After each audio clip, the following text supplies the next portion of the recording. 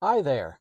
If we haven't met yet, my name is Todd, and this channel is to be a program or a channel to help new nurses that are in the home health field. And one idea comes up that I've thought about is car safety. We spend a lot of time in our cars, and it's a good idea to run over a few car safety tips with you. The first one is keeping your car regularly maintained. I personally have a Honda Accord. I started out with a Civic and put 350,000 miles on it and got a different car. But it seems like for me, the economy cars have done quite well, and they've been um, very mechanically sound. So making sure that you have the oil changed regularly and that you keep the tires in good working order. And let's see, of course, brakes, wipers, all the stuff that they require, a safe running car. That's very important. And also, I work out in the rural area, and sometimes I get out into places where there's not very many gas stations. So for me, I like to keep the car tank at least half full all the time. And when I get back into civilization and out of the sticks, I make sure that the tank is full, because the worst thing would be way out in the middle of nowhere and you run out of gas. It's just too much stress. Another thing is having the proper safety equipment in your car. There's been times where I've parked and it was raining and I left my lights on. And when I went to start the car after doing some charting, my battery was dead. But fortunately, I had some jumper cables. I got out of the car and I was holding up the jumper cables, and finally somebody came by and stopped, and I was able to get the car jumped off. So it's good to have some jumper cables. Of course, it's always good to have a first aid kit, which, if you're a home health nurse, you're basically carrying around a big first aid kit. Um, but to have your own personal one is nice, so you're not using company supplies. Excuse me, got allergies are getting after me. Um, when I was doing a lot of call, I was working a lot at night, and one of the things that I needed was a very strong flashlight to help be able to see numbers on mailboxes and things. But now I'm not doing so much of the night work, but it's good to have a flashlight just in case. And during the winter months, having an extra blanket in the car is good, and to have a good ice scraper. I always carry extra water bottles. When I do city work, I make it a point to, when I see people panhandling and stuff, I always offer them a drink of water, and I've never had anybody refuse some water. So I keep bottled water in the car to drink for myself, or most often I give it away to people that are looking for a handout. And of course, having all my chargers available. Nothing worse than having a dead phone or a dead tablet when you need to do charting or when you need to call a patient. I work with in the olden days, I worked with an old GPS that would work off satellite. And in the rural areas, there's times where I'm back to that again because I don't have cell service. And so it's good to have at least a backup form of GPS apart from your phone. I have found that the phone GPS is more up to date than my older satellite Garmin GPS. Also, let's see here, learning where to park. You really have to be careful. I always make it a rule that I try to park where I'm out of the way of people. If they need to get out and I'm in the middle of a visit, it's kind of a pain to have to stop and then go and let somebody out. But being very safe, especially when I was doing city work, this was very important, as making sure that you're parking in a safe spot a well-lit spot, a place where you feel safe. Make sure that your car doors are always locked. I do that all the time, wherever I go, no matter where I'm at. Every time I get out of the car, make sure that the doors are locked. And we have GPS tracking on our tablets and stuff.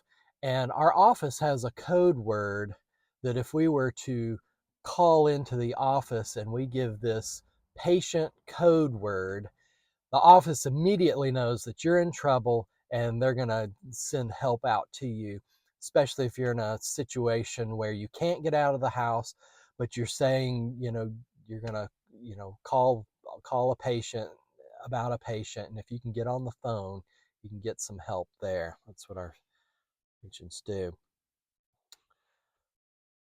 Let's see, get my other notes here because I certainly can't remember all of this stuff here. But also keeping your car clean and well organized. I guess one of my downfalls is sometimes my car stock, it gets into a real mess.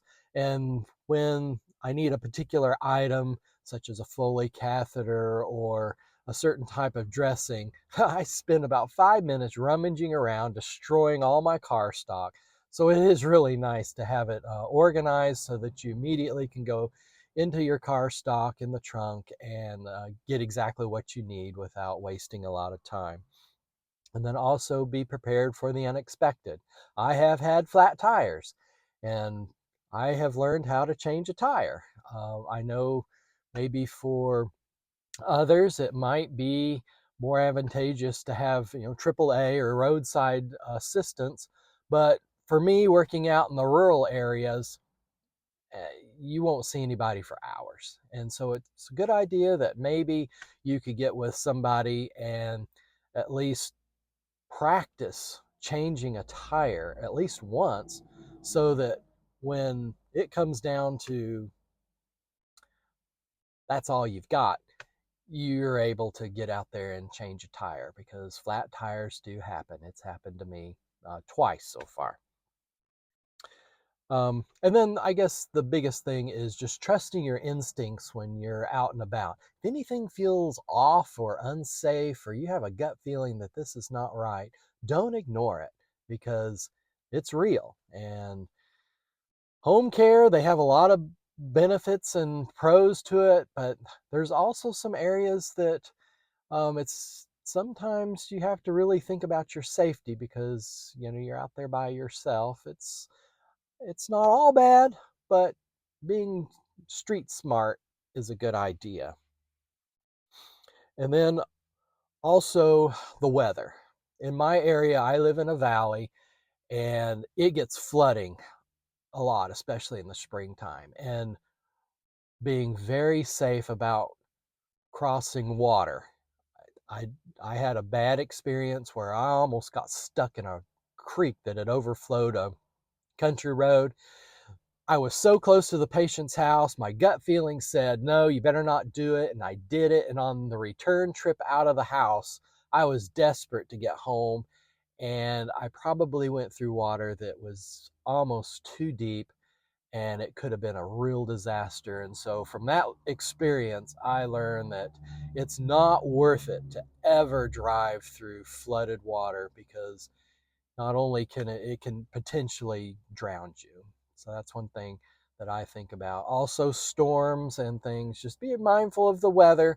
Our office is real good about notifying us when strong storms and hail and tornadoes are in the area, and for us to seek shelter. Also, in the snow, we're in southern Tennessee area, so snow is not a big deal. But up north, learning how to drive in the snow, dealing with snow chains and things like that, of course, would be more prevalent for you. I hope that this is giving you a little bit of food for thought for being out on the road and having some, car safety, because this vehicle is my office. I spend the majority of my time in my car, and this is my office, and it's a good idea to keep the office in good working order and to keep yourself safe as you move around from place to place. Well, thanks for stopping by. I hope you found this content helpful. If you did, share it. Also, comment below if you have any specific questions or anything. The purpose of this channel is to use my 10 plus years of home health experience to help others that are getting into the field maybe for the first time, and just to be a resource to reach out and just to be helpful. I don't know it all, but I'm happy to pass on my experiences and may it be a benefit to you. Thanks for stopping by. I hope you have a wonderful day.